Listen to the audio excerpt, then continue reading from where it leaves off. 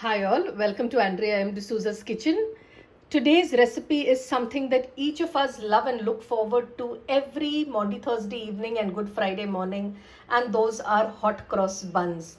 Yes, it is slightly tough to make, but the effort is worth it because the taste of the hot cross buns that you get at home is so much better than what you get in the shops outside. So do try it out. The recipe is ahead, and send me your feedback once you have eaten these hot cross buns. I'm sure you and your family will love them.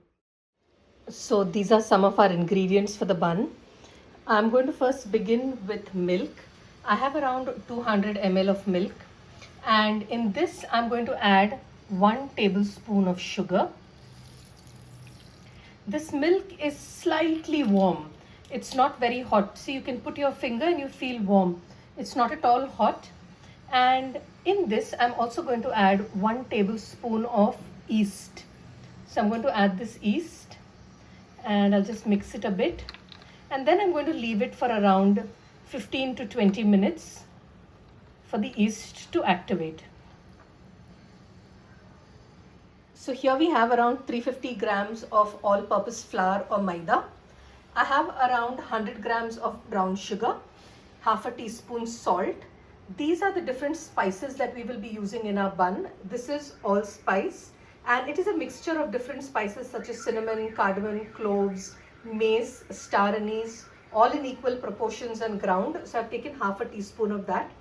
I've taken quarter teaspoon of cinnamon powder, quarter teaspoon of nutmeg or jaifal powder, and quarter teaspoon of ginger powder. So these are our dry ingredients.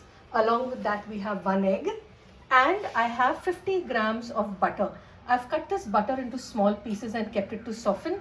I use the normal salted Amul butter because we like that flavor. You can use whichever butter you have.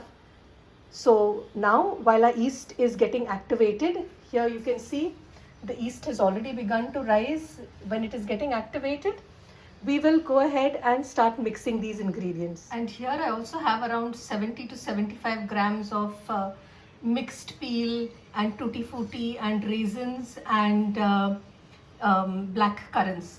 Since I like tutti frutti a lot, I've put a little extra tutti frutti, but you can mix and match according to your whatever combination you prefer. And over here you can see our yeast is getting activated nicely and rising. We'll wait for a few minutes more and then we'll begin. So our yeast has bubbled up well. So we'll start with this. Now we'll mix all this well.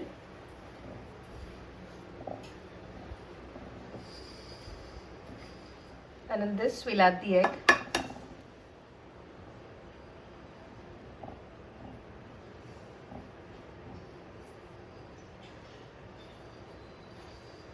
And we'll also add this yeast and milk mixture, and we'll start kneading it into a dough.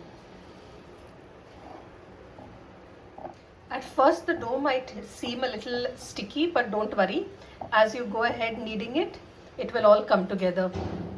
Now keep on adding a little butter and kneading it. See, the butter has already become soft, so you can keep adding the butter and kneading it.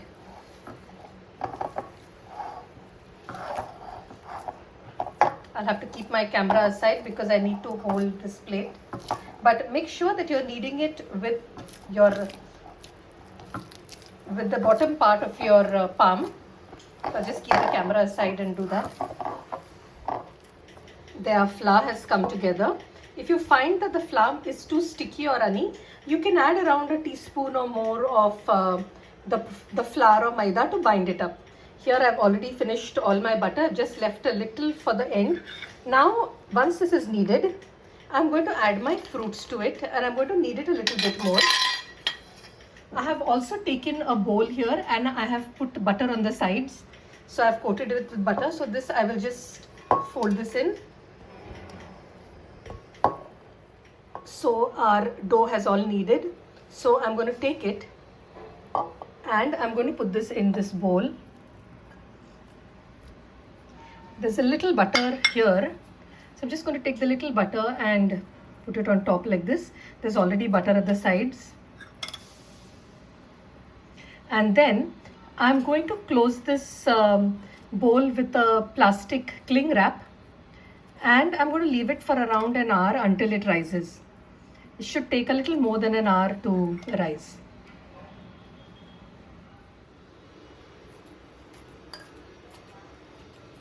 For this dough to rise, I'm going to keep it in my microwave with the light on. I won't switch it on, but just the light.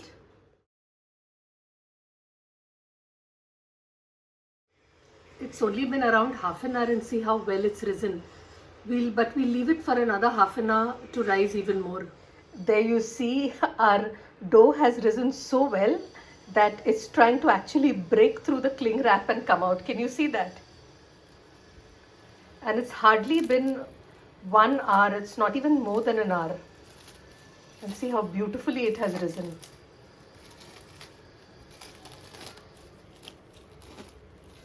Now we'll just punch it in to remove all the air. Wow, see this. It's beautiful, isn't it? And then I'm going to put this in this plate of mine. I'll keep this camera down so that I can pick it up with both hands. There we go. See how lovely it is. We don't have to knead it now. We can just very lightly fold it with our hands. The spices are smelling so lovely right now, all these spices that we've put.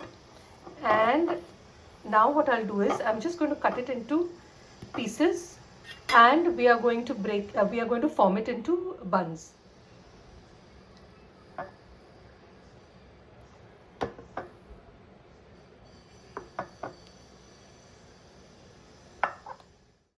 So I've cut it into 8 pieces. Now I'm going to take each piece, and very lightly I'm going to fold it. Don't knead it. Just fold the edges on the inside, then turn it around, and with a very light hand, can you see? Their buns have been formed. So I'm going to put this here and I'm going to follow the same procedure with the others. So I've formed them and kept them.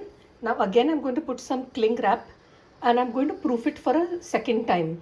I'll leave it here only on this kitchen platform because my kitchen lights are warm enough for it to rise. So I'm going to leave this like this for at least half an hour. It's hardly been 10 minutes and see how well they are rising and increasing in size. I'm going to make a paste for the crosses now. I'll take around 2 to 3 tablespoons of flour or maida. And I'll put half a teaspoon of sugar. And I'm going to keep adding some water to it. I don't want my paste to be too runny. I need it a little thick so that it spreads properly on the buns.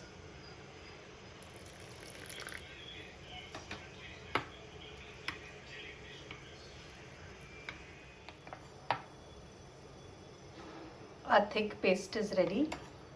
So now I'm going to put it in a small plastic bag. If you have a piping bag, you can put it in a piping bag, but since I can't find mine, I'll just put it in a small Ziploc bag right now. So there, our paste is ready. I'm going to cut out this tip very small and then I'm going to pipe out my crosses. It's been 20 minutes now and the buns look big enough. I'll just wait for another 5 minutes and then I'll start piping the crosses and I'll put it in the oven.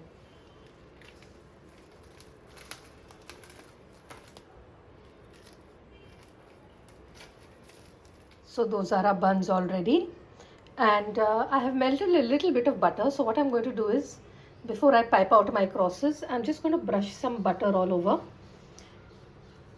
I generally do an egg wash where I put the the yellow of the egg. But since the eggs at home are over, I'm giving it a bit of a butter wash.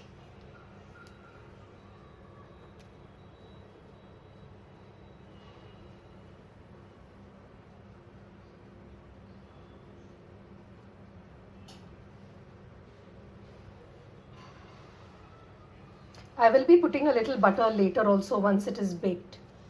And the final layer will be a very thin layer of jam. I'm going to use orange jam. You can use whichever jam you want, apricot jam, whatever, blueberry jam, cranberry jam. So whatever you have, but that we'll go later. We just finish this first.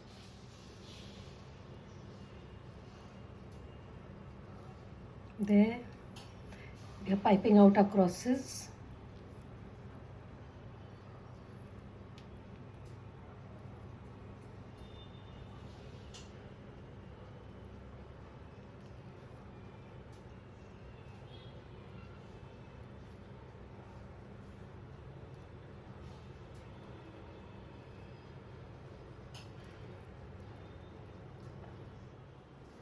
So all our crosses are all ready.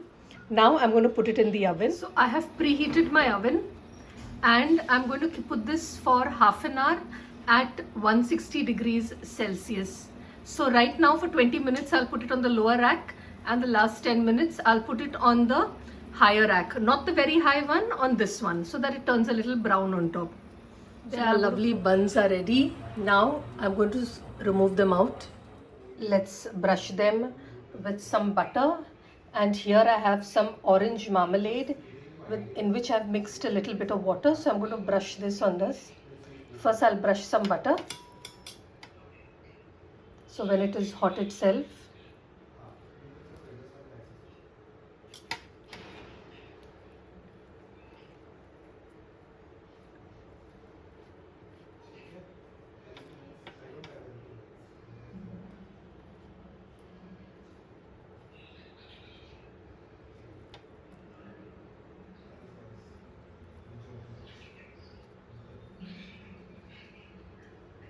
Let the butter soak in nicely.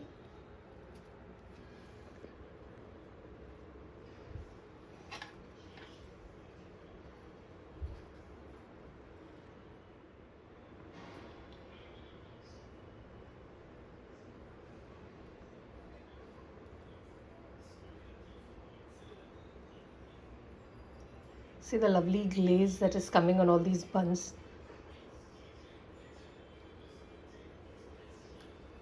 If you don't have a yellow of the egg for the egg wash, you can also use a little bit of honey for the sheen and for the glaze. Now let's start eating this. So our lovely piping hot cross buns are all ready here. And see what a beautiful glaze it has got. Looks lovely, doesn't it? And so mouth-watering and appetizing. So enjoy these hot cross buns. I'm sure you and your family will enjoy them.